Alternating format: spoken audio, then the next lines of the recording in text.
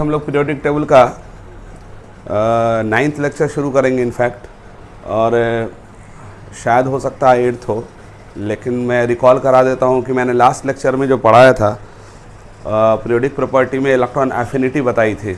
ठीक है बच्चों, जल्दी से रिकॉल कर लेते हैं हम लोग पीरियोडिक प्रॉपर्टी को। याद होगा left to right Z star क्या होता है, इफेक्टिव न्यूक्लियर चार्ज बढ़ता है। क्यों बढ़ता है भाई effective nuclear charge left to right? क्योंकि सिग्मा हौले हौले बढ़ता है। सिग्मा क्यों हौले हौले बढ़ता है? क्योंकि लगातार एक ही ऑर्बिट में या एक ही सब ऑर्बिट में इलेक्ट्रॉन भरेंगे बच्चों, तो सिग्मा धीरे धीरे बढ़ेगा, जिसकी वजह से Z star left to right बढ़ जाएगा। और फार्मूला याद है ना, जेड स्टार इक्वल टू क्या होता है बच्चों? Z minus sigma. Z atomic number है, लेफ़्ट टू राइट जेड बढ़ रहा है, एटॉमिक नंबर तो बढ़ेगा ही, लेकिन सिग्मा धीरे धीरे बढ़ेगा, जिसकी वजह से जेड स्टार डोमिनेट कर जाएगा। और टॉप टू बॉटम क्या होगा बच्चों? जेड स्टार घट जाएगा। क्यों घटेगा बोलो? क्योंकि वहाँ सिग्मा तेज़ी से बढ़ रहा है। क्यों सिग्मा तेज़ी से बढ़ रहा है? क्योंकि वहाँ पर इलेक्ट्रॉन का नंबर भी बढ़ रहा है और ऑर्बिट का भी नंबर बढ़ रहा है। तो ऑर्बिट का नंबर बढ़ने से क्या होगा? दूरी बढ़ जाएगी। ठीक है, फिर मैंने कहा था लेफ़्ट टू राइट जो है जेड स्टार तेज़ी से बढ़ेगा और सिग्मा धीरे धीरे बढ़ेगा। Top to bottom Z star घटेगा और सिग्मा बढ़ जाएगा। फिर मैंने पहली पीरियोडिक प्रॉपर्टी पढ़ाई थी एटॉमिक रेडियस बच्चों। Atomic radius left to right क्या होता है बच्चों? घट जाता है। और ये घटने की वजह क्या है? सिंपल सी है, जेड स्टार बढ़ेगा यानी न्यूक्लियर चार्ज स्ट्रांग होगा, तो इलेक्ट्रॉन को क्या करेगा? डेंसिटी को अपनी तरफ खींचेगा, जिसकी वजह से साइज़ एटम का छोटा हो जाएगा। इसलिए इनर्ट गैस का साइज़ छोटा होता है। टॉप टू बॉटम आते हैं तो जेड स्टार क्या होता है बच्चों? घट जाता है, इसलिए साइज़ क्या होता है? बढ़ जाता है। फिर मैंने एक्सेप्शंस भी बताए थे, आपको याद होगा। फिर अगला प्रॉपर्टी जो मैंने बताया था आयनाइजेशन एनर्जी। आयनाइजेशन एनर्जी क्या होता है मेरे बच्चों? किसी भी गैसियस एटम से इलेक्ट्रॉन रिमूव करने के लिए जो आउटरमोस्ट ऑर्बिट से इलेक्ट्रॉन निकालने में जो एनर्जी खर्च होती है, उसको आयनाइजेशन एनर्जी कहते हैं। और क्योंकि लेफ़्ट टू राइट जा रहे हैं बच्चों, तो जेड स्टार बढ़ रहा है, तो जेड स्टार बढ़ेगा तो क्या होगा? आयनाइजेशन एनर्जी क्या हो जाएगा बच्चों? Ionisation energy left to right बढ़ जाएगा। ठीक है बच्चों, उसके बाद जो है top to bottom ionisation energy क्या होगा? घटेगा। और मैंने आपसे कहा था कि लेफ़्ट टू राइट याद कर लो, टॉप टू बॉटम उल्टा होगा। फिर मैंने तीसरी जो प्रॉपर्टी पढ़ाई थी बच्चों, वो इलेक्ट्रॉन एफिनिटी थी। लेफ़्ट टू राइट क्या होता है बच्चों? कि इलेक्ट्रॉन एफिनिटी क्या होती है? Left to right electron affinity क्या होती है? बढ़ जाती है। इलेक्ट्रॉन एफिनिटी क्यों बढ़ेगी? क्योंकि जेड स्टार बढ़ गया था। और इलेक्ट्रॉन एफिनिटी कहते हैं किसको हैं? किसी भी गैसियस एटम में इलेक्ट्रॉन डालेंगे तो जो एनर्जी रिलीज़ होगी, उस एनर्जी को क्या कहते हैं? उस एनर्जी को इलेक्ट्रॉन गेन इंथैल्पी कहते हैं। और मैंने आपसे कहा था कि जब लेफ़्ट टू राइट जाएंगे तो क्योंकि साइज़ छोटा हो रहा है, न्यूक्लियर चार्ज स्ट्रांग हो रहा है, तो इलेक्ट्रॉन एफिनिटी का वैल्यू बढ़ जाएगा, यानी इलेक्ट्रॉन गेन इंथैल्पी क्या हो जाएगी बच्चों? निगेटिव हो जाएगी। इनर्ट गैस में ज़ीरो हो जाएगी। बाकी मेटल के केस में अगर इलेक्ट्रॉन एफिनिटी की बात करेंगे तो वो इलेक्ट्रॉन एफिनिटी उसकी कम होती है, ना के बराबर होती है, इलेक्ट्रो पॉजिटिव नेचर का होता है। इसलिए टॉप टू बॉटम आते हैं तो इलेक्ट्रॉन एफिनिटी क्या होती है मेरे बच्चों? घट जाती है। अब हम लोग जो है फोर्थ पीरियोडिक प्रॉपर्टी पढ़ेंगे बच्चों, वो है electronegativity. Electronegativity.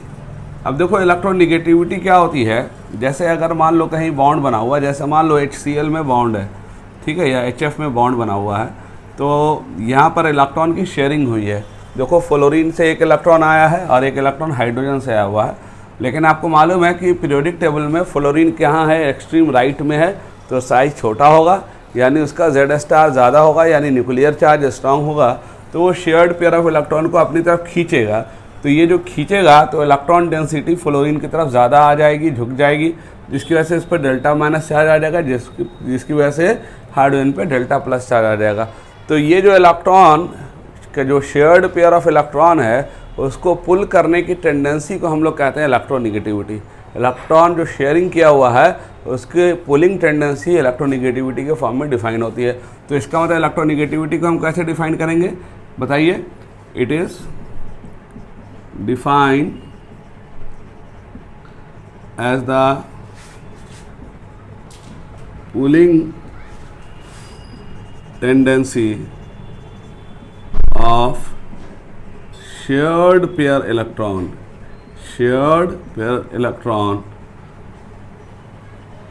in a bond, in a covalent bond बोलेंगे क्योंकि शेयरिंग तो वही होती है। covalent bond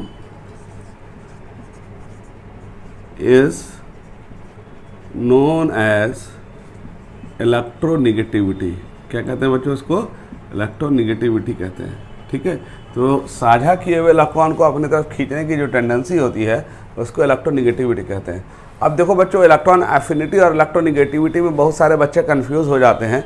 इलेक्ट्रॉन एफिनिटी में इलेक्ट्रॉन देना होता है, ध्यान से समझ लो, इलेक्ट्रॉन डालते हैं, और इलेक्ट्रोनिगेटिविटी में इलेक्ट्रॉन लेता नहीं है वो, बल्कि सिर्फ खींचता है ना। इसको अगर सिंपल भाषा में कहें तो इलेक्ट्रोनिगेटिविटी को हम दादागिरी भी कह सकते हैं। जैसे मान लो कि हम और अजीम के बीच, है ना, मान लो दोनों गरीब आदमी हैं और हमने एनसीईआरटी बुक खरीदी 200 रुपये की, 100 रुपया मिलाया हमने। तो होता क्या है कि 12 घंटा ये पढ़ेगा, 12 घंटा हम पढ़ेंगे, लेकिन 12 घंटा मेरे पढ़ने के बाद अजीम आया, बोला कि सर मेरे को किताब दे दो, मुझे भी पढ़ना है। तो मैं उसको मसल्स दिखाने लग जाऊँ, ठीक है, तो क्या होगा, तो वो क्या करेगा, वो कहेगा कि कोई बात नहीं सर, 2 घंटा और पढ़ लीजिए। इसका मतलब क्या हुआ, ये जो है ना टेंडेंसी है, इसी को दादागिरी कहते हैं ना। इसका मतलब शेयरिंग तो दोनों का है, पैसा तो दोनों का लगा है, लेकिन मैंने उसको मसल्स पावर दिखाया तो वो डर के मारे क्या हो गया, भाग गया। इसका मतलब कि अब मैं 14 घंटा पढ़ूंगा, वो 10 घंटा पढ़ेगा। तो डेफिनेटली क्या होगा बच्चों, जब मैं ज़्यादा पढ़ूंगा तो मेरे को नॉलेज ज़्यादा होगा, और वो कम पढ़ेगा तो उसको नॉलेज कम होगा। तो इसका मतलब मेरे नॉलेज की जो बत्ती है वो ज़्यादा जलेगी और अजीम के नॉलेज का जो बल्ब है वो कम जलेगा। तो यही बात है यहाँ पर। फ्लोरीन ने इलेक्ट्रॉन खींचा, फ्लोरीन इलेक्ट्रोनिगेटिव एलिमेंट है। तो फ्लोरीन क्या है बच्चों, इलेक्ट्रोनिगेटिव एलिमेंट होने का मतलब जो शेयर्ड पेयर ऑफ इलेक्ट्रॉन है उसको अपनी तरफ खींच रहा है, ले नहीं रहा। ध्यान से समझ लो, लेना अलग चीज़ होता है, खींचना अलग चीज़ होता है। तो खींचने की जो टेंडेंसी होती है वो इलेक्ट्रोनिगेटिविटी कहलाती है। और जो इलेक्ट्रॉन एफिनिटी होती है बच्चों, उसमें गैसियस एटम में इलेक्ट्रॉन डालेंगे तो उसके एवज में एनर्जी निकलेगी बाहर। इसका मतलब क्या हुआ, इसका मतलब ये हुआ कि एफिन्स मतलब मोहब्बत का मामला है और वहाँ दादागिरी का मामला। दादागिरी में क्या होता है कि ज़बरदस्ती अपने तरफ खींच रहे हैं, और एफिन्स का मतलब होता है मोहब्बत है तो उसके एवज में एनर्जी भी रिलीज़ करेंगे। जैसे मान लो आपके पास बहुत सुंदर पेन है, तो मैं इसको 2 तरह से कह सकता हूँ। मैं कह सकता हूँ कि भाई अजीम तुम्हारे पास पेन बहुत अच्छा है, मेरे को दे दो, है ना, 5 की जगह 10 रुपये का दे दूँगा, मतलब 10 रुपये मैं दे दूंगा। तो क्या करेगा, मुझे दे देगा, क्योंकि उसके एवज में मैंने 5 रुपये एक्स्ट्रा दिया। हाँ, हालांकि इंटेलिजेंट होगा तो बोलेगा सर और ला दूं क्या पेन, है ना। तो इसको कहते हैं कि एफिन्स है, मतलब कि मोहब्बत से मैंने उससे लिया और उसके एवज में पैसा दे दिया। और एक होता है बड़ा अच्छा पेन है, दे दो नहीं तो नहीं पढ़ाऊंगा, इसका मतलब दिस इज नोन एज दादागिरी। तो इलेक्ट्रॉन एफिनिटी और इलेक्ट्रोनिगेटिविटी में फ़र्क ये है बच्चों कि उसमें पुलिंग टेंडेंसी होती है, और इलेक्ट्रॉन एफिन्स में क्या होता है बच्चों कि इलेक्ट्रॉन देते हैं तो उसके बाद में एनर्जी रिलीज़ हो जाती है। तो इसका मतलब इलेक्ट्रोनिगेटिविटी और इलेक्ट्रॉन एफिनिटी 2 अलग अलग चीज़ें हैं, दोनों में इलेक्ट्रॉन का ही मामला होता है। तो अब वापस आते हैं अपने टॉपिक पे। इलेक्ट्रोनिगेटिविटी किसे कहते हैं, it is defined as the pulling tendency of shared pair of electron in a covalent bond is known as electronegativity. जैसे HF में हमने देखा अभी, यहाँ पर फ्लोरीन क्या है, इलेक्ट्रोनिगेटिव एलिमेंट है, तो इसने डेल्टा माइनस चार्ज आ गया, इस पर क्या आ गया बच्चों, डेल्टा प्लस चार्ज आ गया। अब ये याद रखना है कि सबसे ज़्यादा इलेक्ट्रोनिगेटिव जो होता है बच्चों, फ्लोरीन होता है, देन ऑक्सीजन होता है, देन नाइट्रोजन होता है, देन क्लोरीन होता है। ठीक है बच्चों, ये मोस्ट इलेक्ट्रोनिगेटिव एलिमेंट का ट्रेंड है। ये पहले फ्लोरीन, फिर ऑक्सीजन, फिर नाइट्रोजन, फिर क्लोरीन। इसको हम लोग ऐसे याद कर लेंगे, फ़ोन कॉल, कैसे, FON, फ़ोन कॉल। और याद करो इलेक्ट्रॉन एफिनिटी में कॉल फोन था, यानी क्लोरीन आगे था, कॉल फोन था। इलेक्ट्रोनिगेटिविटी में फ़ोन कॉल होगा, क्योंकि बच्चों ये कंपटीशन में कई बार आ जाता है, या आपके स्कूल में भी आ जाएगा कि इलेक्ट्रोनिगेटिविटी के बेसिस पे सजाया गया कौन सा तरीका सही है। अगर आप नीट का क्वेश्चन पेपर देखेंगे या JEE का क्वेश्चन पेपर देखेंगे तो ये क्वेश्चंस कई बार आ जाते हैं। ये हालांकि सिंपल सा क्वेश्चन होता है, लेकिन याद रहेगा तो सिंपल लगेगा, नहीं याद होगा तो आप भूल जाएंगे। तो याद कर लें, इलेक्ट्रॉन एफिनिटी में फ़ोन कॉल है, यानी फ्लोरीन जो है मोस्ट इलेक्ट्रोनिगेटिव है। ठीक है, और अगर इलेक्ट्रॉन एफिनिटी की बात करें, ये इलेक्ट्रोनिगेटिविटी का ट्रेंड है, इलेक्ट्रॉन एफिनिटी में कॉल फोन हो जाएगा, क्लोरीन, फ्लोरीन, ऑक्सीजन, नाइट्रोजन। ठीक है बच्चों, अब आइए अगर हम इसका पीरियोडिक ट्रेंड देखेंगे तो आप ज़रा सोच के देखो, खुद ही दिमाग लगा के देखो, क्योंकि लेफ़्ट टू राइट जा रहे हैं तो क्या होगा, लेफ़्ट टू राइट जा रहे हैं तो एटम का साइज़ क्या हो रहा है, तो लेफ़्ट टू राइट जा रहे हैं बच्चों, तो लेफ़्ट टू राइट क्या होगा, इलेक्ट्रॉन खींचने की टेंडेंसी बढ़नी चाहिए कि नहीं बढ़नी चाहिए, बढ़नी चाहिए, क्योंकि लेफ़्ट टू राइट जा रहे हैं तो बच्चों क्या हो रहा है, जेड स्टार तो बढ़ रहा है ना। तो इसका मतलब न्यूक्लियर चार्ज क्या होगा बच्चों, स्ट्रॉन्ग होगा, और अपने इलेक्ट्रॉन को तो वो होल्ड करेगा, और अगर शेयर्ड पेयर ऑफ इलेक्ट्रॉन है तो उसको अपनी तरफ खींचने की कोशिश करेगा, क्योंकि उसका न्यूक्लियर चार्ज बहुत ज़्यादा स्ट्रॉन्ग है बच्चों। तो हम क्या कहेंगे, लेफ्ट टू राइट जाएंगे तो इलेक्ट्रोनिगेटिविटी क्या होगी बच्चों, इंक्रीज कर जाएगी। क्या हो जाएगी मेरे बच्चों, इंक्रीज करेगी। अब बताओ क्या रीज़न देंगे इसका, due to increase in increase in Z star बढ़ रहा है, इसलिए इलेक्ट्रोनिगेटिविटी क्या हो जाएगी मेरे बच्चों, बढ़ जाएगी। अब अगर हम टॉप टू बॉटम पे आएंगे तो टॉप टू बॉटम पे क्या होगा, इलेक्ट्रोनिगेटिविटी क्या होगी, डिक्रीज करेगी। इलेक्ट्रोनिगेटिविटी क्या होगी मेरे बच्चों, डिक्रीज करेगी। बताओ क्यों, due to decrease in Z star क्योंकि डाउन द ग्रुप घट रहा है बच्चों, तो इलेक्ट्रोनिगेटिविटी क्या हो जाएगी, घट जाएगी। ये तो हुआ ट्रेंड, और ये ट्रेंड होना भी चाहिए क्योंकि हमने क्या पढ़ा कि हर मर्ज की जो दवा है वो जेड स्टार है, और Z star left to right बढ़ रहा है, यानी न्यूक्लियर चार्ज स्ट्रांग हो रहा है, तो शेयर्ड पेयर ऑफ इलेक्ट्रॉन को पुल करने की टेंडेंसी क्या हो जाएगी बच्चों, बढ़ जाएगी। क्लियर हो गई बात, तो ये बात आपको समझ में आ गई, ये ट्रेंड हो गया। ठीक है बच्चों, अब यहाँ पर जो है देखेंगे कि आखिर इसमें कहाँ कहाँ प्रॉब्लम हो सकता है।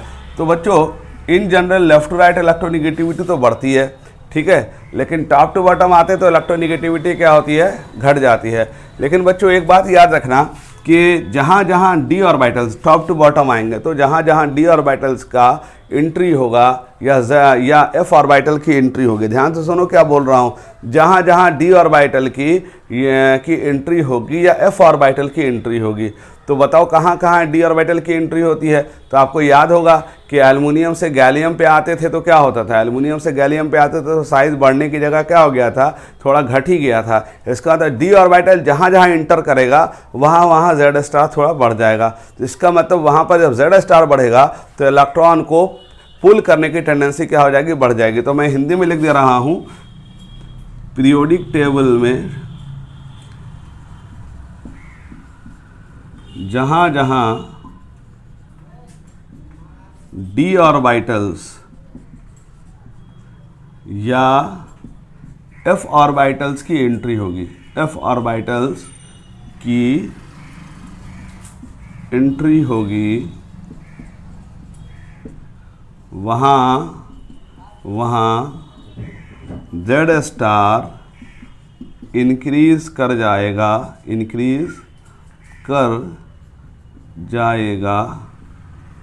और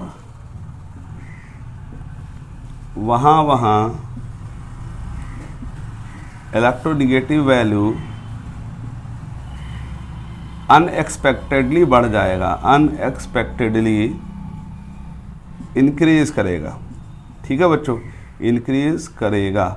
अब देखो बच्चों यहाँ से कोई क्वेश्चन नहीं आएगा, लेकिन आपको मैं बता दूं कि ये एक्सेप्शंस में हम नहीं लिख रहे हैं, हम आपको इसलिए बता रहे हैं क्योंकि पूरे पीरियोडिक टेबल में डी ऑर्बिटल जहाँ भी इंटर होगा, डाउन द ग्रुप आने पे डी ऑर्बिटल की एंट्री होती है। तो जैसे आपको याद होगा कि लैंथेनाइट सीरीज़ में लैंथेनम के बाद सीधा हॉफनियम आ गया था, और हॉफनियम क्या लेके आया था, 4f14 लेके आया था। तो वहाँ पर क्या हो रहा होगा बच्चों, 4f की एंट्री होगी, तो इसका मतलब 3d से 4d और 4d से जब 5d पे आएंगे तो 5d वाला एलिमेंट जो है वो 4f के साथ आएगा, यानी 4f14 होगा, तो न्यूक्लियर चार्ज उसका स्ट्रांग हो जाएगा। तो उसमें इलेक्ट्रोनिगेटिविटी यानी इलेक्ट्रॉन को है ना पुल करने की टेंडेंसी थोड़ी बढ़ जाएगी। हालांकि मेटल ही होगा वो, तो पुल करने की टेंडेंसी बढ़ने का मतलब ये नहीं कि इलेक्ट्रॉन पुल ही करेगा, इसका मतलब ये होता है कि उससे इलेक्ट्रॉन निकालना थोड़ा मुश्किल हो जाएगा। ठीक है, तो इसलिए एज पर्टिकुलर इसमें कोई एग्जाम्पल्स हम आपको नहीं दे रहे हैं क्योंकि ये इस तरह का क्वेश्चंस आता नहीं है। लेकिन आप देखेंगे जब आप बुक पढ़ेंगे एस ब्लॉक, पी ब्लॉक या डी ब्लॉक, तो उसमें एनसीईआरटी की शुरुआत में चार्ट दिया होगा, उसमें एटॉमिक नंबर का, एटॉमिक रेडियस का, इसके अलावा जो है इलेक्ट्रोनिगेटिविटी का, इलेक्ट्रॉन एफिनिटी का चार्ट दिया होगा। तो अगर आप चार्ट को चेक करेंगे तो नीचे वाले एलिमेंट्स जो हैं उसका इलेक्ट्रोनिगेटिविटी स्लाइड बढ़ जाता है, और वो बढ़ने की वजह क्या है बच्चों, क्योंकि वहाँ डी ऑर्बिटल या एफ ऑर्बिटल इंटर करता है। तो जहाँ जहाँ डी और एफ ऑर्बिटल इंटर करेगा, तो आपको याद होगा मैंने क्या कहा था, डी ऑर्बिटल की एंट्री होगी या एफ ऑर्बिटल की एंट्री होगी तो जेड स्टार बढ़ना शुरू हो जाएगा, क्योंकि लगातार एक ही सब ऑर्बिट में जब इलेक्ट्रॉन भरते हैं तो फिर क्या होता है कि सिग्मा जो है शील्डिंग इफेक्ट धीरे धीरे बढ़ता है, जिसकी वजह से जेड स्टार डोमिनेट कर जाता है। तो ये आपको ट्रेंड आपको समझ में आ गया होगा। अब यहाँ पर एक दो बात मैं और इम्पॉर्टेंट है जो बताना चाहता हूँ, ये थोड़ा बारीक बात है, इसको ध्यान से सुनिएगा, क्योंकि मैं जो आपको बताने जा रहा हूँ वो बहुत ही ज़्यादा इम्पॉर्टेंट है, कंपटीशन के लिहाज से भी और स्कूल के लिहाज से भी इम्पॉर्टेंट है। लेकिन स्कूल में वो डिपेंड करता है टीचर किस लेवल का पढ़ा रहा होता है, लेकिन इन जनरल क्या होता है मेरे बच्चों कि वो काफ़ी इम्पॉर्टेंट पॉइंट होता है। अब मैं आपको ये बताना चाहता हूँ कि यहाँ से जो क्वेश्चंस आते हैं वो एक इंटरेस्टिंग क्वेश्चंस होता है, खास के कंपटीशन में आ जाता है। वो क्या है, फ्लोरीन और क्लोरीन का मामला, F2 और Cl2 का मामला।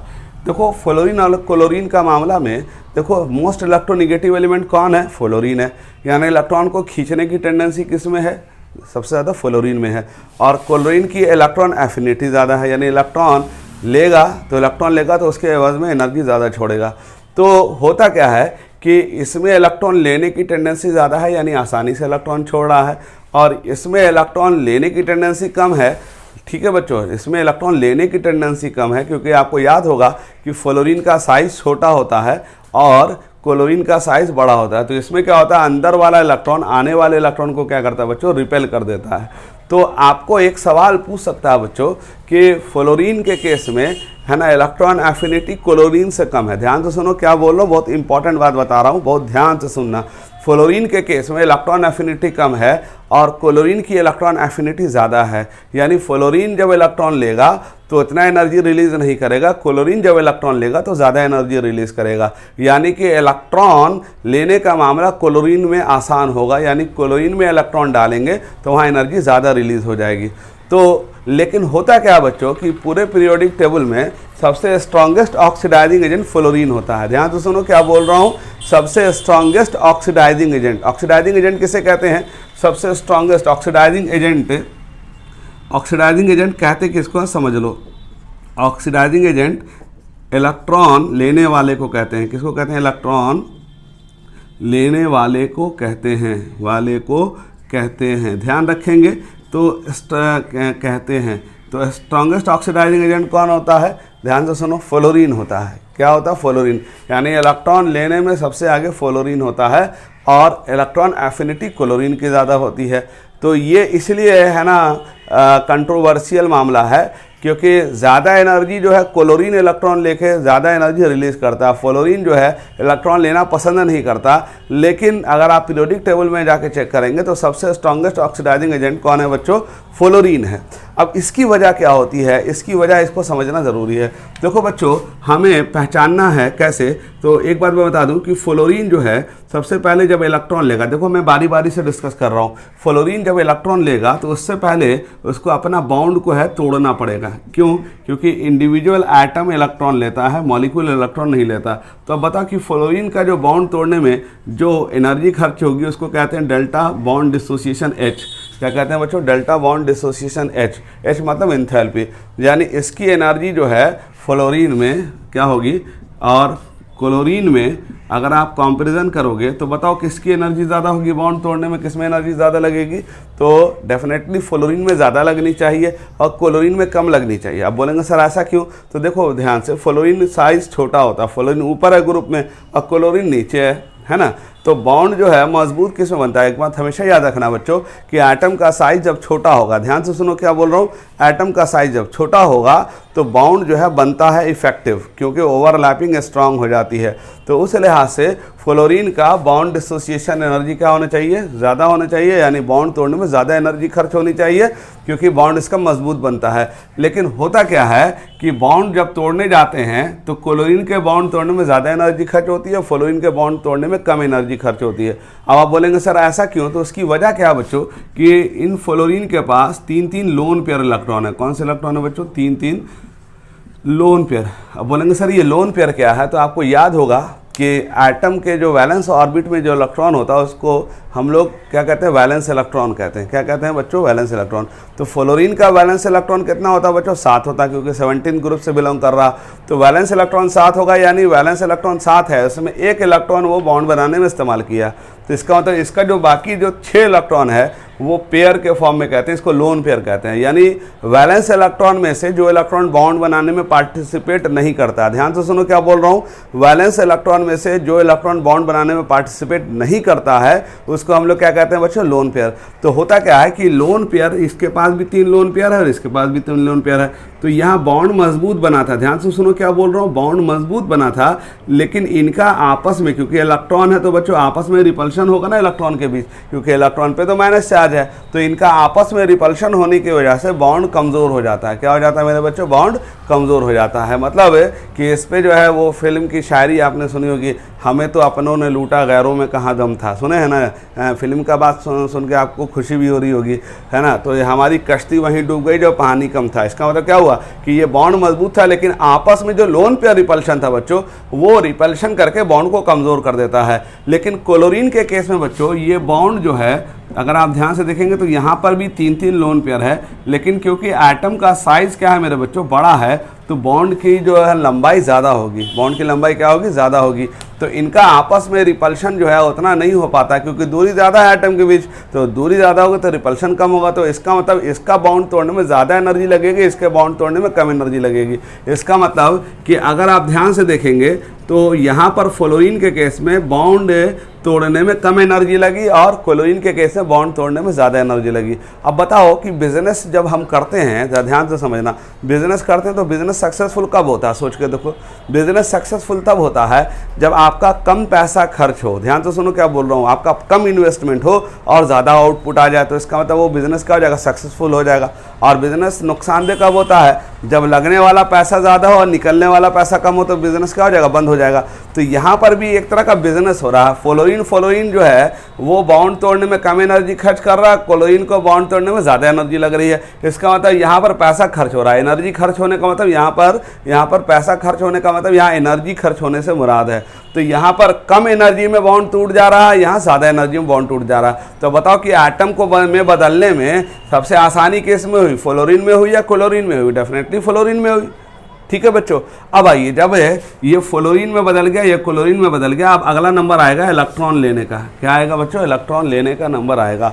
तो बताओ कि जब ये इलेक्ट्रॉन लेगा तो क्या होगा? F- में बदलेगा, और अगर क्लोरीन जब इलेक्ट्रॉन लेगा तो Cl- में बदलेगा। अब बताओ कि जब इलेक्ट्रॉन लेगा तो बताओ इसमें जो एनर्जी रिलीज होगी नहीं होगी? वो कौन सी एनर्जी होगी बताओ? डेल EGH, मतलब इलेक्ट्रॉन गेन इंथैल्पी। याद है, इलेक्ट्रॉन गेन इंथैल्पी होगी। और यहाँ पर भी क्या होगा? Del EGH। जरा बात ध्यान से सुनना क्या बोल रहा हूँ, मेरी बात समझ जाओ, बहुत इंपॉर्टेंट बात बता रहा हूँ बच्चों। ये आमतौर पे स्कूल में नहीं बताया जाएगा, इसलिए अच्छी तरह से समझ लो। डेल EGH का मतलब इलेक्ट्रॉन गेन इंथैल्पी, और डेल EGH वहाँ भी इलेक्ट्रॉन गेन इंथैल्पी है। तो पहले एटम में बदला तो इसमें एनर्जी कम खर्च हुई, इसमें एनर्जी ज़्यादा खर्च हुई। इसमें एनर्जी कम क्यों खर्च हुई? क्योंकि बॉन्ड कमज़ोर हो गया था। बॉन्ड कमज़ोर क्यों हो गया था? क्योंकि लोन पेयर का रिपल्शन था। वहाँ एनर्जी ज़्यादा लगी क्योंकि रिपल्शन उतना नहीं हो पाया, क्योंकि एटम का साइज़ बड़ा था तो बॉन्ड की लंबाई ज़्यादा थी, तो रिपल्शन उतना नहीं हो पाया। तो इसका मतलब कि फ्लोरीन इस मामले में जीत गया है। जीत गया मतलब कि कम खर्च में एटम को उसने, है ना, एटम में बदल लिया, कम एनर्जी में। अब अगला नंबर इलेक्ट्रॉन लेने का आएगा। तो इलेक्ट्रॉन लेना फ्लोरीन के लिए आसान है या क्लोरीन के लिए आसान है? सोच के देखो, फ्लोरीन के लिए आसान होगा या क्लोरीन के लिए? तो क्लोरीन के लिए आसान होगा। बोलेगा सर क्यों?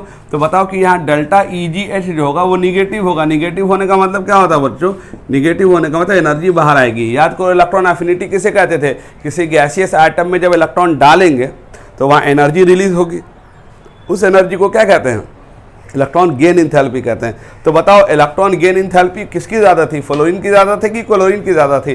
क्लोरीन की ज़्यादा थी, क्योंकि याद करो फ्लोरीन के केस में साइज छोटा था और अंदर वाला इलेक्ट्रॉन आने वाले इलेक्ट्रॉन को क्या कर रहा था? इधर देखें, अंदर वाले इलेक्ट्रॉन आने वाले इलेक्ट्रॉन को क्या कर रहा था? रिपेल कर रहा था। तो इसका मतलब इलेक्ट्रॉन यहाँ जो लेगा और ये जो एनर्जी रिलीज करेगा फ्लोरीन, और क्लोरीन जो इलेक्ट्रॉन लेगा वो जो एनर्जी रिलीज करेगा, तो बताओ कि ज़्यादा एनर्जी किसकी होगी बच्चों? ज़्यादा एनर्जी रिलीज किसकी होगी? क्लोरीन की होगी। यानी इलेक्ट्रॉन एफिनिटी जो होगा वो ज़्यादा एनर्जी जो है किस में रिलीज करवाएगा? क्लोरीन में। फ्लोरीन में कम एनर्जी रिलीज कराएगा। अब देखो बिजनेस के हिसाब से सोचो, यहाँ पैसा खर्चा हुआ है, यानी यहाँ एनर्जी भी खर्च हुई, यहाँ भी एनर्जी खर्च हुई, लेकिन ज़्यादा एनर्जी कहाँ खर्च हुई? यहाँ एनर्जी ज़्यादा खर्च हुई, यहाँ एनर्जी कम खर्च हुई। तो इस मामले में कौन एडवांटेज में चला गया? फ्लोरीन, क्योंकि कम खर्च में, कम एनर्जी में इसने बॉन्ड तोड़ दिया। फिर अगला नंबर आया किसका? इलेक्ट्रॉन लेने का। तो इलेक्ट्रॉन लेने के मामले में बच्चों क्या हुआ कि क्लोरीन इसमें ज़्यादा एडवांटेजियस हो गया, क्योंकि ये जो है ना इलेक्ट्रॉन ले रहा है तो वो एनर्जी ज़्यादा रिलीज कर रहा है, और ये जो इलेक्ट्रॉन ले रहा है तो वो एनर्जी कम रिलीज कर रहा है। बताओ एनर्जी रिलीज होने का मतलब पैसा बाहर आ रहा है बिजनेस से। तो बताओ कौन सा बिजनेस अच्छा माना जाएगा? जिसमें पैसा ज़्यादा बाहर आए। तो यहाँ जो इलेक्ट्रॉन ले रहा था वो ज़्यादा एनर्जी रिलीज करा रहा, और यहाँ जो इलेक्ट्रॉन ले रहा है ये कम एनर्जी रिलीज करा रहा। इसका मतलब ये हुआ कि फ्लोरीन और क्लोरीन में अगर कंपैरिजन करोगे तो फ्लोरीन का बॉन्ड तोड़ना आसान है, यानी ये एडवांटेजियस हो गया। क्लोरीन का बॉन्ड तोड़ना मुश्किल है, ये नॉन एडवांटेजियस हो गया, यानी उसका ये सपोर्ट नहीं दे रहा है। एनर्जी के हिसाब से सोचोगे तो ये अच्छा बिजनेस नहीं होगा क्लोरीन के मामले में बॉन्ड तोड़ने में। और जब इलेक्ट्रॉन लेने का नंबर आएगा तो यहाँ पर क्लोरीन ज़्यादा एडवांटेजियस है, क्योंकि इलेक्ट्रॉन लेने में वो इलेक्ट्रॉन जब लेगा तो वो ज़्यादा एनर्जी निकालेगा, और ये जो इलेक्ट्रॉन लेगा तो कम एनर्जी निकालेगा। ठीक है बच्चों, अब बताओ कि अगर हम फ्लोरीन के मामले में देखेंगे तो एक जगह फ़ायदा हो रहा है, यानी बॉन्ड कम एनर्जी में है ना टूट जा रहा, और इलेक्ट्रॉन लेने का मामला आएगा, इलेक्ट्रॉन एफिनिटी का मामला आएगा तो फ्लोरीन कम एडवांटेजियस है, उसने कम ही एनर्जी निकाली।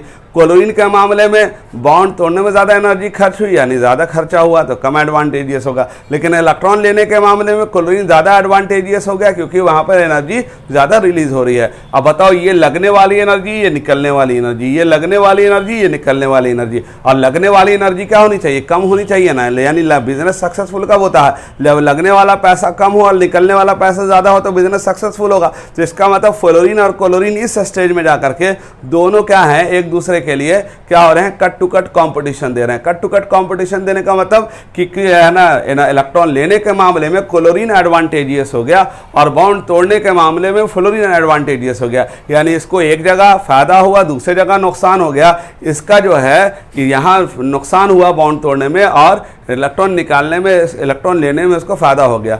अब आइए अगला नंबर आएगा जब इसका वाटर से इंटरेक्शन कराएंगे। अब आप बोलेंगे सर वाटर से इंटरेक्शन क्यों कराएंगे? तो पहले याद कर लो कि वाटर से जब इंटरेक्शन कराते हैं तो वाटर पे क्या होता है? डेल्टा माइनस चार्ज होता है, बोलो हाँ ये ना, और हाइड्रोजन पे कौन सा चार्ज होता है? Delta plus charge. अब बताओ, फ्लोरीन का जो है ना माइनस चार्ज है स्मॉल एरिया पे, क्योंकि फ्लोरीन का साइज छोटा होता है। क्लोरीन का माइनस चार्ज कहाँ है?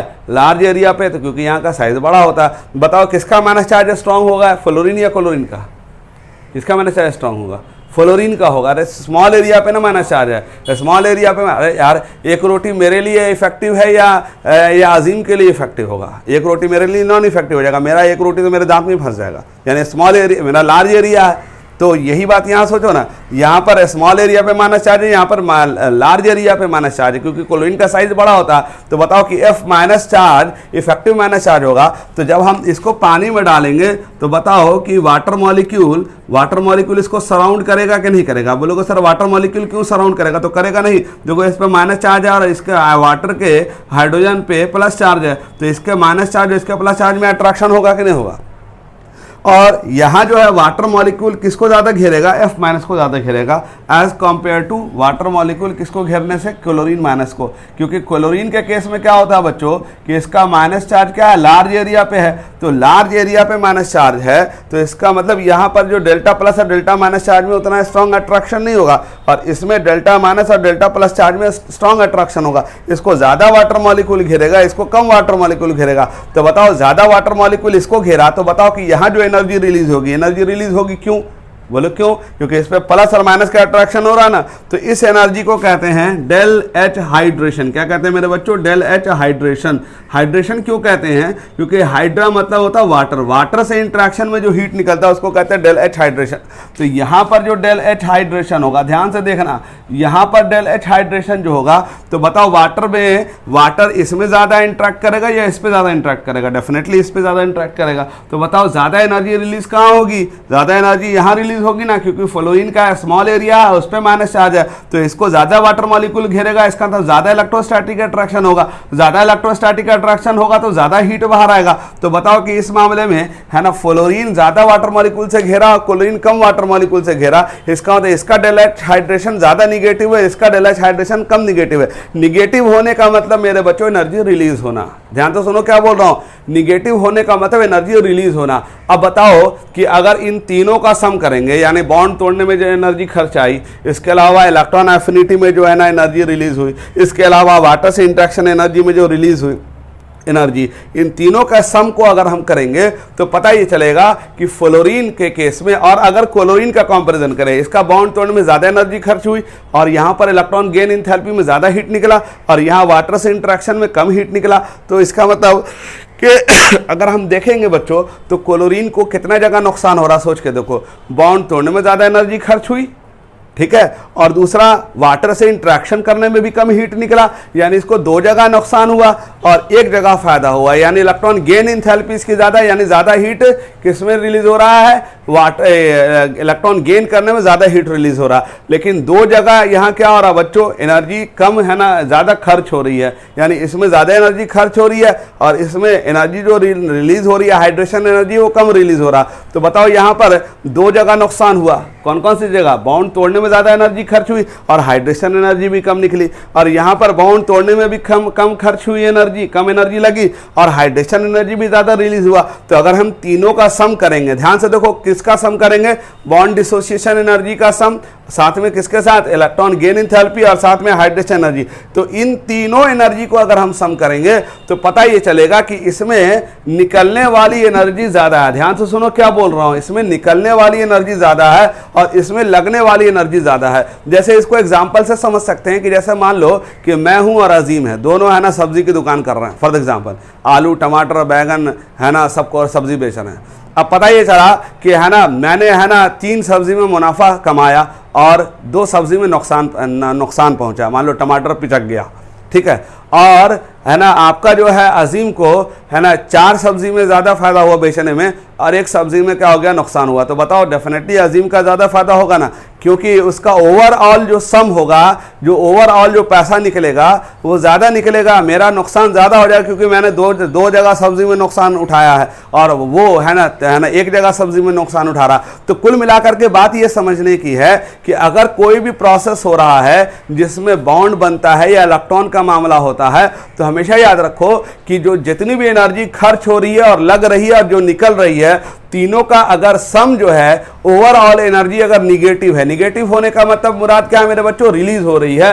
तो याद रखो जिसमें एनर्जी ज्यादा रिलीज हो जाती है तो वो प्रोसेस ज्यादा फिजिबल हो जाता है, फिजिबल हो जाने का मतलब वो प्रोसेस होना ज्यादा आसान होता है। और क्लोरीन के मामले में क्या होता है बच्चों की 2 जगह नुकसान हो रहा, बॉन्ड तोड़ने में ज्यादा एनर्जी लग रही है और हाइड्रेशन एनर्जी भी कम रिलीज हो रही है, सिर्फ उसको एक जगह एडवांटेज हो रहा है कि इलेक्ट्रॉन गेन करके वो ज्यादा एनर्जी रिलीज कर रहा है। इसका मतलब कुल मिलाकर के जो अगर हम देखेंगे तो फ्लोरीन का मामला ओवरऑल एनर्जी ज्यादा निगेटिव है और क्लोरीन के मामले में ओवरऑल एनर्जी कम निगेटिव है एज कंपेयर टू फ्लोरीन। तो अगर आपसे कभी पूछ दे कि भाई क्लोरीन की इलेक्ट्रॉन एफिनिटी कम है, सॉरी क्लोरीन की इलेक्ट्रॉन एफिनिटी ज्यादा है और फ्लोरीन की इलेक्ट्रॉन एफिनिटी कम है, तो इलेक्ट्रॉन एफिनिटी मतलब इलेक्ट्रॉन से मोहब्बत क्लोरीन की ज्यादा है, तो स्ट्रॉन्ग ऑक्सीडाइजिंग एजेंट तो क्लोरीन को होना चाहिए। लेकिन फ्लोरीन क्यों होता है स्ट्रॉन्ग ऑक्सीडाइजिंग एजेंट? तो उसकी वजह यह है कि क्लोरीन को एक जगह जो है फायदा हो रहा है, 2 जगह नुकसान हो रहा है, बॉन्ड तोड़ने में ज्यादा एनर्जी खर्च हो रही है और दूसरा हाइड्रेशन एनर्जी कम रिलीज हो रहा है,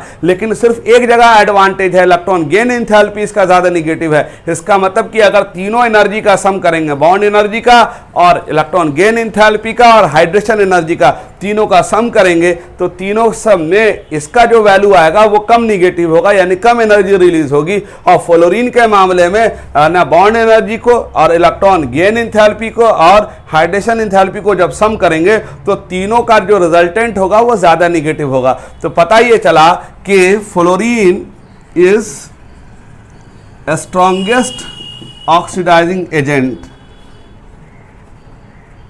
ड्यू टू, अब बताओ क्यों, ड्यू टू क्या रीजन होगा, due to low bond dissociation energy. ध्यान से सुनो क्या बोल रहा हूं, लो बाउंड डिसोसिएशन एनर्जी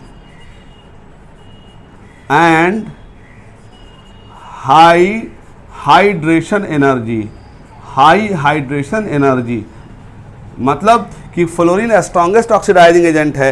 तो अगर कभी भी ये सवाल पूछ दे कि भाई बताओ फ्लोरीन की इलेक्ट्रॉन एफिनिटी कम है और क्लोरीन की इलेक्ट्रॉन एफिनिटी ज़्यादा है, तो फिर इलेक्ट्रॉन एफिनिटी ज़्यादा क्लोरीन की है तो स्ट्रॉन्ग ऑक्सीडाइजिंग एजेंट तो क्लोरीन को होना चाहिए। तो आप बोलेंगे नहीं नहीं, फ्लोरीन का स्ट्रॉन्गेस्ट ऑक्सीडाइजिंग एजेंट यानी इलेक्ट्रॉन लेना इसलिए उसके लिए आसान होगा क्योंकि उसको 2 जगह फायदा हो रहा है। पहला क्या है, लो बाउंड डिसोसिएशन एनर्जी, कम एनर्जी में बाउंड तोड़ देता है, और दूसरा हाइड्रेशन एनर्जी ज़्यादा रिलीज होती है। और क्लोरीन के केस में स्ट्रॉन्ग ऑक्सीडाइजिंग एजेंट क्यों नहीं हो पाता, क्योंकि इसका हाई बाउंड डिसोसिएशन एनर्जी है और लो हाइड्रेशन एनर्जी है। तो हम कहेंगे chlorine is not a strong oxidizing agent as compared to fluorine due to, क्या रीजन देंगे, due to high bond dissociation energy and low hydration energy, low hydration energy. अब hydration energy कैसे कहते हैं, वाटर से इंट्रैक्शन में जो heat निकलता है बच्चों, उसको हाइड्रेशन एनर्जी कहते हैं। ये बात मैंने इसलिए बता दी बच्चों क्योंकि इलेक्ट्रॉन एफिनिटी, इलेक्ट्रोनिगेटिविटी तो सब हर बच्चे को पता होगा, ठीक है। लेकिन अगर आप ये सवाल किसी भी से बच्चे से पूछ देंगे कि भाई क्लोरीन की इलेक्ट्रॉन एफिनिटी ज़्यादा है, फ्लोरीन की इलेक्ट्रॉन एफिनिटी क्या है, कम है, तो उस लिहाज से क्लोरीन को स्ट्रॉन्ग ऑक्सीडाइजिंग एजेंट होना चाहिए और फ्लोरीन को वीक ऑक्सीडाइजिंग एजेंट होना चाहिए। लेकिन हकीकत में कौन होता है बच्चों स्ट्रॉन्ग ऑक्सीडाइजिंग एजेंट, फ्लोरीन होता है। और फ्लोरीन के स्ट्रॉन्ग ऑक्सीडाइजिंग एजेंट होने की क्या वजह है मेरे बच्चों, कि उसका बॉन्ड डिसोसिएशन क्या है, बॉन्ड डिसोसिएशन एनर्जी कम है फ्लोरीन की और हाइड्रेशन एनर्जी ज़्यादा है। यानी कुल मिलाकर के तीनों एनर्जी का जो सम होगा वो कौन कौन सी एनर्जी होगी, bond dissociation energy, electron gain enthalpy और हाइड्रेशन एनर्जी, तीनों का सम जो होगा वो ज़्यादा निगेटिव होगा एज कम्पेयर टू, है ना, एज कम्पेयर टू, है ना, क्लोरीन। ये वही बात है कि जैसे कोई अगर आदमी इलेक्शन लड़ रहा है, उसको है ना चार जगह से वोट मिल रहा, अब पता चला कि एक जगह से मुझे जो है बहुत अच्छा वोट मिल गया, बाकी 3 जगह से वोट नहीं मिला, तो हार जाएंगे नहीं हार जाएंगे। और पता चला कि अजीम को जो है 2 जगह से बहुत अच्छा वोट मिला, बाकी 2 जगह से है ना थोड़ा मीडियम मिला, तो इसका मतलब ओवरऑल देखा जाए ना, ओवरऑल क्या है, ओवरऑल जिसका वोट ज़्यादा होगा वही ना एमएलए बनेगा या एमपी बनेगा। तो यहाँ पर यही बात है कि फ्लोरीन के केस में ओवरऑल एनर्जी जो होगी वो निगेटिव हो जाएगी, यानी ज़्यादा रिलीजिंग होगी। इस लिहाज से फ्लोरीन स्ट्रॉन्ग ऑक्सीडाइजिंग एजेंट हो जाएगा। तो ये सवाल कब पूछेगा, जब कंपटीशन में आएगा तो ये पूछेगा कि वाई, है ना, fluorine is a strong oxidising agent even they have low electron affinity energy, यानी इसका इलेक्ट्रॉन गेन इंथैल्पी कम निगेटिव है, लेकिन फिर भी फ्लोरीन स्ट्रॉन्ग ऑक्सीडाइजिंग एजेंट क्यों हो जाता है। तो इसका जवाब देंगे कि overall energy is less negative in case of क्या, इन केस ऑफ क्या होगा, क्लोरीन में कम निगेटिव होता है, फ्लोरीन में ज़्यादा निगेटिव होता है, क्योंकि इसमें तीनों एनर्जी का सम ज़्यादा निगेटिव होता है, यानी ज़्यादा रिलीजिंग हो जाती है बच्चों। तो ये बात आप लोग को उम्मीद करता हूँ समझ में आ गई होगी, तो इस बात को ध्यान रखिएगा। अब हम लोग आगे बढ़ते हैं और आगे देखते हैं। अब देखो बच्चों, इलेक्ट्रोनिगेटिविटी मेज़र कैसे करते हैं, तो एक तो मोलिकुलर स्केल है जिससे इलेक्ट्रोनिगेटिविटी मेज़र होती है। ये फार्मूला है electronegativity equal to IE plus EA upon 5.6, ठीक है। ये IE क्या है, आयनाइजेशन एनर्जी है, और EA क्या है बच्चों, इलेक्ट्रॉन एफिनिटी है। अगर किसी भी एलिमेंट का आयनाइजेशन एनर्जी का वैल्यू दे दे, इलेक्ट्रॉन एफिनिटी का वैल्यू दे दे, उसको 5.6 से डिवाइड कर देंगे तो उस एलिमेंट का इलेक्ट्रोनिगेटिविटी मेज़र हो जाएगा, ठीक है। इसके अलावा एक और स्केल है पॉलिंग स्केल, जो आपने नहीं पढ़ना है। सिंपली याद रखो कि पॉलिंग स्केल में फ्लोरीन की हाईएस्ट इलेक्ट्रोनिगेटिविटी आती है 4 आती है। कितनी आती है बच्चों, 4। ये मोस्ट इलेक्ट्रोनिगेटिव एलिमेंट में आता है, ठीक है बच्चों। अब आइए हम लोग देखेंगे कौन कौन से फैक्टर हैं जो इलेक्ट्रोनिगेटिविटी को गवर्न करते हैं। तो number 1, electronegativity directly proportional to Z star होना भी चाहिए, क्योंकि Z स्टार बढ़ेगा तो इलेक्ट्रोनिगेटिविटी बढ़ जाएगा, यानी न्यूक्लियर चार्ज स्ट्रांग होगा तो इलेक्ट्रॉन की पोलिंग टेंडेंसी बढ़ेगी। दूसरा, इलेक्ट्रोनिगेटिविटी जो है वो सिग्मा के क्या होगा बच्चों, इन्वर्सली प्रोपोर्शनल होगा, क्योंकि सिग्मा अगर बढ़ेगा तो Z स्टार कम हो जाएगा, Z स्टार कम होगा तो इलेक्ट्रोनिगेटिविटी क्या हो जाएगी बच्चों, घट जाएगी। अगला है orbit number, n orbit number है, अगर n बढ़ेगा तो इलेक्ट्रोनिगेटिविटी क्या हो जाएगी, घट जाएगी, क्योंकि ऑर्बिट नंबर बढ़ने का मतलब क्या होता है बच्चों, एटम का साइज बढ़ जाना, ठीक है बच्चों। अब आइए अब हम लोग देखेंगे इलेक्ट्रोनिगेटिविटी का एप्लीकेशन क्या होता है, यानी इलेक्ट्रोनिगेटिविटी अगर हमको मालूम हो तो हमें क्या पता चलेगा। नंबर 1 में हम देखेंगे कि अगर मान लो किसी 2 एटम के बीच बॉन्ड बन गया है, और अगर दोनों एटम के बीच इलेक्ट्रोनिगेटिविटी का डिफरेंस अगर 1.7 से ज़्यादा है, किससे ज़्यादा, 1.7 से ज़्यादा है, तो वो कंपाउंड जो होगा आयनिक नेचर का होगा। अगर 1.7 से कम है तो वो कंपाउंड कोवेलेंट नेचर का होगा, ठीक है। दूसरा देखेंगे कि अगर इलेक्ट्रोनिगेटिविटी डिफरेंस बढ़ता है तो कंपाउंड का आयनिक नेचर बढ़ जाता है। जैसे एग्जांपल दिया lithium chloride, sodium chloride, potassium chloride, rubidium chloride. तो इसमें देखो सब में क्लोरीन ही है, लेकिन ये लिथियम है, ये सोडियम है, ये पोटेशियम है, रुबिडियम है, क्योंकि हम जानते हैं कि जैसे जैसे ऊपर से नीचे आते हैं ना, तो अगर अल्कली मेटल में देखोगे तो इलेक्ट्रोपॉजिटिविटी बढ़ जाती है, यानी जो डिफरेंस होगा इलेक्ट्रोनिगेटिविटी का वो सबसे ज़्यादा रुबिडियम क्लोराइड में होगा। इसका मतलब सबसे ज़्यादा आयनिक नेचर रुबिडियम क्लोराइड का होगा, फिर पोटेशियम क्लोराइड का होगा, फिर सोडियम क्लोराइड का होगा, फिर लिथियम क्लोराइड का। यही वजह है कि जब हम ऊपर से नीचे आते हैं ना बच्चों ग्रुप में, तो कंपाउंड्स का वाटर में सॉल्युबिलिटी बढ़ जाता है, क्योंकि आयनिक कंपाउंड वाटर में ज़्यादा सॉल्युबल होगा। इसका मतलब रुबिडियम क्लोराइड वाटर में ज़्यादा सॉल्युबल होगा, लिथियम क्लोराइड वाटर में कम सॉल्युबल होगा। अब देखो एक फार्मूला है जिसको परसेंटेज आयनिक कैरेक्टर फार्मूला कहते हैं, तो वो फार्मूला है 16 into XA minus XB। XA क्या है, इलेक्ट्रोनिगेटिविटी ऑफ A एलिमेंट, और XB क्या है, इलेक्ट्रोनिगेटिविटी ऑफ B एलिमेंट। ये दो अलग अलग एलिमेंट हैं, तो अगर इलेक्ट्रोनिगेटिविटी का वैल्यू XA XB डाल दें उस एलिमेंट का, तो इस फार्मूला से हमको परसेंटेज आयनिक कैरेक्टर निकल जाएगा। जैसे अगर कोई कंपाउंड है उसमें अगर परसेंटेज आयनिक कैरेक्टर निकालना चाहते हैं तो XA XB का वैल्यू मालूम हो तो इस फार्मूला पे पुट कर देंगे, तो आयनिक कैरेक्टर है ना आपका कितना परसेंट है, 70% है, 80% है, 90% है, उस फार्मूला से निकाल सकते हैं बच्चों।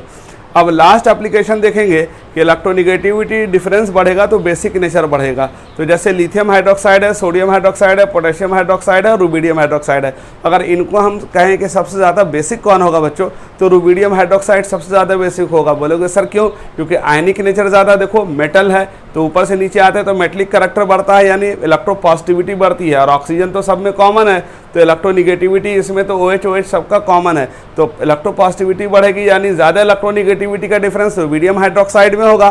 तो इसका मतलब मोस्ट आयनिक होगा, ज़्यादा आयनिक होगा तो वाटर में जल्दी OH माइनस निकालेगा, तो इसका मतलब रुबिडियम हाइड्रोक्साइड ज़्यादा क्या होगा, बेसिक नेचर का होगा। याद रखो कि आयनिक कैरेक्टर ज़्यादा होगा जब इलेक्ट्रोनिगेटिविटी डिफरेंस ज़्यादा होगा, इलेक्ट्रोनिगेटिविटी डिफरेंस ज़्यादा तो आयनिक कैरेक्टर ज़्यादा, आयनिक कैरेक्टर ज़्यादा तो बेसिक नेचर भी ज़्यादा हो जाएगा बच्चों। तो ये इलेक्ट्रोनिगेटिविटी का मैंने एप्लीकेशन बता दिया बच्चों। अब इसको आप लोग पढ़ लीजिएगा, नेक्स्ट क्लास में हम लोग आगे बढ़ेंगे।